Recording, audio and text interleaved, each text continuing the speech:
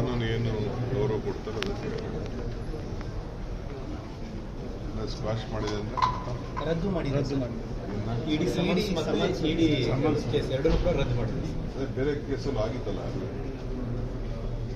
ಅದಕ್ಕೆ ಮೂಡಕ್ಕೆ ಸಂಬಂಧಪಟ್ಟ ಪ್ರಕರಣ ಇವತ್ತು ಹೈಕೋರ್ಟಲ್ಲಿ ಇದ್ದಿದ್ದು.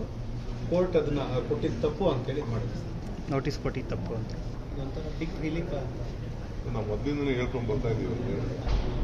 ಇದರಲ್ಲಿ ರಾಜಕೀಯ ಪ್ರೇರಿತ ಅಂತ ಮೊದಲಿಂದನೇ ಹೇಳ್ಕೊಂಡು ಬರ್ತಾ ಇದ್ದೀವಿ.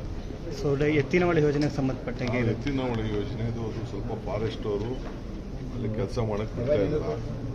ಅದಕ್ಕೆ ನಾವು ಅವ್ರಿಗೆ ಆಲ್ಟರ್ನೇಟಿವ್ ಜಾಗನ ಒದಗಿಸ್ಕೊಡ್ಬೇಕಾಯಿತು.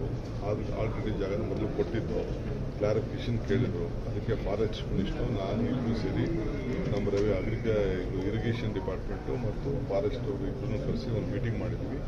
ಅಪ್ಲೋಡ್ ಮಾಡ್ತಾಯಿದ್ವಿ. 18ನೇ ತಾರೀಕು ಹೋಗಿ ನಾನು ಡೆಲ್ಲಿಲಿ ಫಾರೆಸ್ಟ್ ಮಿನಿಸ್ಟ್ರನ್ನು ಭೇಟಿ ಮಾಡ್ಕೊಂಡು ಬರ್ತೀನಿ.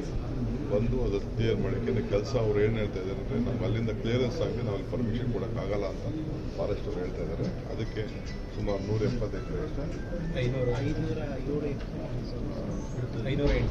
ಎಕರೆ. ಸೊ ವಾಟ್ ಎವರ್ ಎಷ್ಟಿದೆ ಆ ಜಮೀನಿಗೆ ಪರ್ಮಿಷನ್ಗೆ ಕೇಳಕ್ಕೆ ಹೋಗ್ತಾ ಇದ್ದೀವಿ.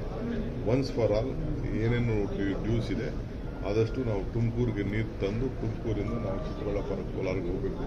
ಅದಕ್ಕೆ ನಾನು ಎಲ್ಲಿ ಕೆಲಸ ನಿಂತೋಗಿದೆ ಅದಕ್ಕೋಸ್ಕರ ನಾನು ಸಪ್ರೇಟ್ ಮೀಟಿಂಗ್ ಮಾಡಿದೆ.